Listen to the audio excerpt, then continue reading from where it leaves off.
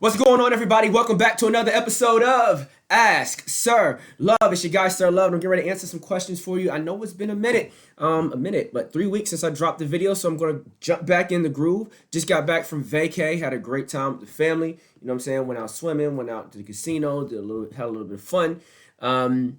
We just coming off the win that you guys have been following me know about, right? The whole Viacom win and a couple of other wins that came in that were unexpected from the tech space and different things of that nature. It had some stock wins, had a couple wins, man. So I went out, had a good time, and we're back in the flow. So I want to jump into this question because there are people watching this that don't know me and they don't really care about what I've been doing. So I want to jump back into the flow. Isabel Hearts, right? I love that name, Isabel Hearts. That's a dope name if you're an artist, right? I think you're a writer. What kind of contract, and here it is right here, Isabel, right? What kind of contract do you recommend if I'm the writer, but I bought a beat and now I'm looking to have someone sing my song? An overall contract type. That's a great question. There's a lot of writers that are just like you in your situation that are trying to figure out, how do I protect myself and things of that nature. Well, as a songwriter, it gets really easy for you. There's a couple different things that you need, right?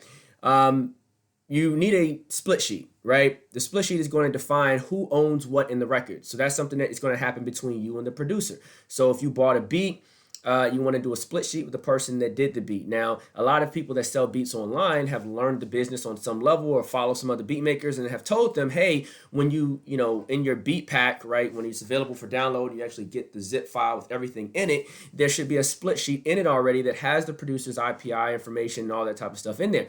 If the producer is not that sophisticated, then you have to reach out to the producer in order to do a proper split sheet, right? If you don't do it now, you're going to end up doing it later. If the producer is not about their business, then of course you're going to do this, your own split, submit your side of the record to ASCAP or BMI or whoever, and whenever the record does what it does, the producer is going to come back and want, of course, their portion of the record.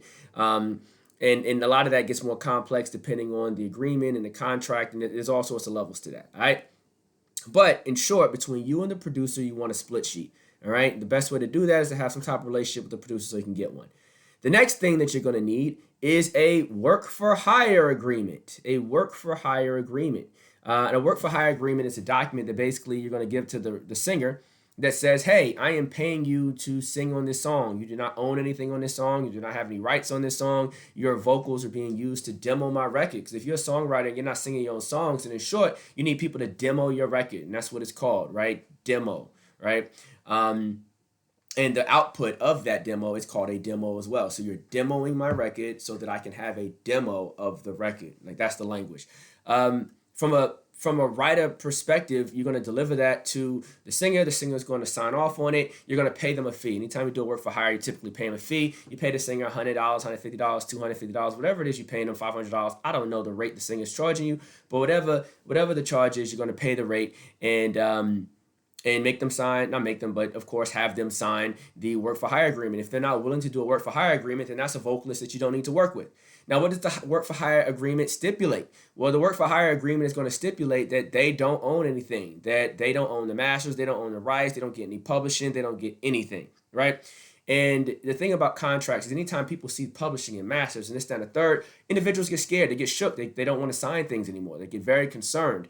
But you have to have a honest conversation with them that says, hey, I'm not looking to release this record. I'm not trying to drop this song on Spotify and make a whole bunch of money off of it. I'm looking to use your demo to shop it so I can get other people to buy the song, right? They should have no problem signing it, and they're going to charge you a fee most likely for it, and just be ready to have that conversation. Now, your next question may be, where do I get a split sheet from? How do I get a work for hire agreement? Well, you're in luck, because it's easy to find. Number one, boom, boom, boom. You go to phase6.com, right? You can type in work for hire, right? You hit the button enter, and I went to the search, and I typed in work for hire. I hit the enter button. When I hit the enter button, look at this. There are work for hire agreements that you can come and grab right here off the site, right? They come in bundles. I have a bundle. You can get management agreements and all sorts of stuff and work for hire, and all this stuff is right here available on Phase 6. What else might you need? A split sheet, right? If you need a split sheet, you can type in, oh, I didn't spell sheet wrong. Let me write. You type in split sheet. You can do a search for a split sheet, and boom, there's a split sheet. You can come and download a split sheet. If you don't understand publishing, then there's info packs and information that I wrote to help you understand how publishing works. All right, you can click on those things and find those things. Additionally, if you want to know more about work for hire agreements, then let's open my page, another tab, because I'm using this for the questions. But I want to make sure you have as much free information as well, right? So you can come right here to the page, right? And you can go to, we don't want to talk. That's not what we want to do. We want to search. You can come right here to the search, and you can type in, is this my page search? That's YouTube search. Yeah, kind of my page search, which is down here. Search. And we're going to search what? Work for hire, and hit enter. And boom, you can hear, learn about work for hire agreement, work for hire versus a producer agreement, right? And other, other contracts and different things that I've talked about, right?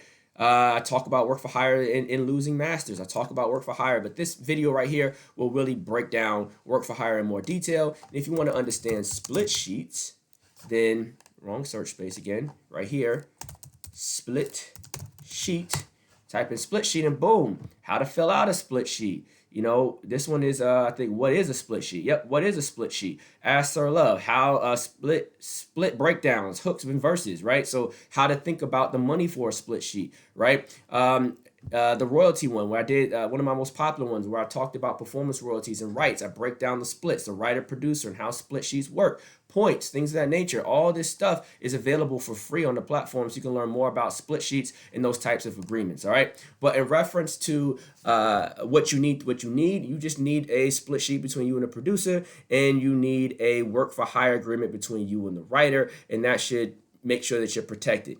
Now, the last nugget that I'm going to give you before I leave, because I got to give you some extra credit on this situation, is that if you are a vocalist, you're going to spend a lot of money. I mean, if you're a writer, you're going to spend a lot of money on people demoing your record. It's going to be ridiculous. I mean, because as a writer, in order to get placements, you have to have a catalog, which is an abundance of records that are written in the mindset of different types of artists, right? You're like, oh man, I wrote these 5 songs, they got a Justin Bieber feel, and these 6 songs have an Ariana Grande feel, and these songs over here have a whoever you're writing for type of appeal, right?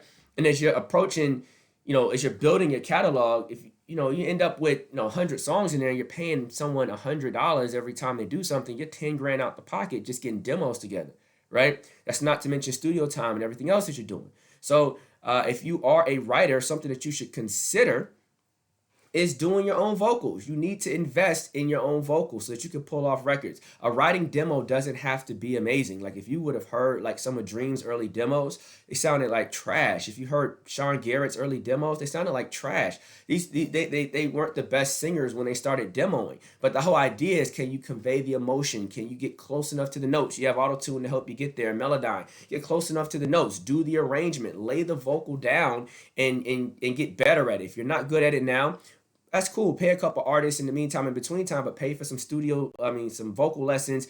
Get yourself to the point where you can just pull off the record.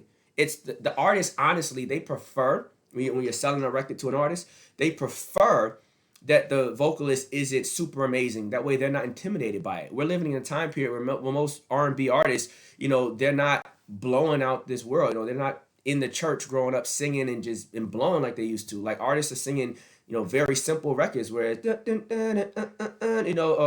about the hot records that are out there right now, right? You got the I love my peaches out there, yeah, that's it. I like my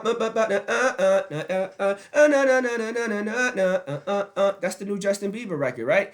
And then I say, oh, right, all that type of crap. Like there's no super vocal ability in those records. Now we all know Justin can sing, but there's no crazy vocal ability in these records. So if you're a singer that really can't sing, right? Let me go back. In today's market, most singers aren't the best singers compared to times past. Therefore, you don't have to be amazing. The singer wants to hear you and go, oh, I can make it sound better, right? They don't necessarily want to hear someone killing the record, making it sound amazing and feel intimidated to sing the song. All right. So just kind of keep that in mind. Learn to do the records. It's not rocket science. You don't have to be amazing. Artists love to be creative as well, and they may not be creative with their pen, but they can be creative with how they, vocally deliver a song. So hearing you hit a very simple note, is great. They'll turn around and say, oh, I can do it like this. And they'll put a run on it and do all sorts of stuff. And they'll find their own creative pocket in the spaces where you left, canvas for them to paint. All right. Which can get more complex when we start talking about splits and how to get paid and this, that, and third. That's a whole nother conversation. Last piece of that, you'll have issues with some of the writers with the work for hire agreement. I'm just going to let you know that right now, some of the singers, because people in this industry are scared to sign agreements, regardless of if it makes sense or not. They're just scared. And so you'll run into a lot of scenarios where they don't want to sign, and now they want ownership in the splits, and now they want this. They're going to want ownership in the record. They're going to feel like their vocal arrangement, made the song, and it wasn't your words. It's how they delivered the song. They made the song. You're going to end up in all these back and forths, right? Control it. Do the shit yourself, right? Isabel, I hope that was helpful. My name is Sir Love. I don't know everything, but I know a lot about a little bit about a lot. And I'm always trying to give you guys everything that I got right here on Phase 6. Please subscribe, follow, go to www.phasevi.com, which is the website that I was on, right? phasevi.com. Check out what I have. I got a lot of stuff to help you guys win. Go out there and get it. I'm out.